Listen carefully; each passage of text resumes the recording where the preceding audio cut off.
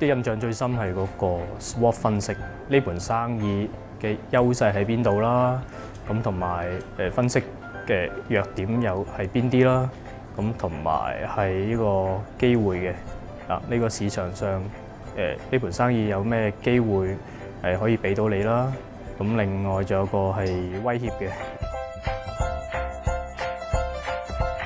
教計數啦，係嘛？即係計數嗰啲要咩？幾多台客？幾多台咩 percent 數要計一朝早做幾多轉啦？譬如去講餐廳，一朝早譬如做一朝早就做幾多轉咧，跟住入台轉台率，跟住之後計嗰啲數。其實我睇完之後覺得有啲悶。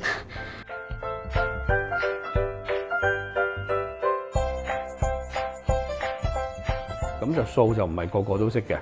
咁譬如已經講到幾仔細，譬如話我開間餐廳，我點樣估算我今日有幾錢收入咧？咁你可以好粗略咁估一日有幾多錢。咁但係正話教佢嘅咧就係你早餐收幾多，中間就收幾多，食晏收幾多。咁你就好清楚知道我全日每一個時段究竟我會收入幾多。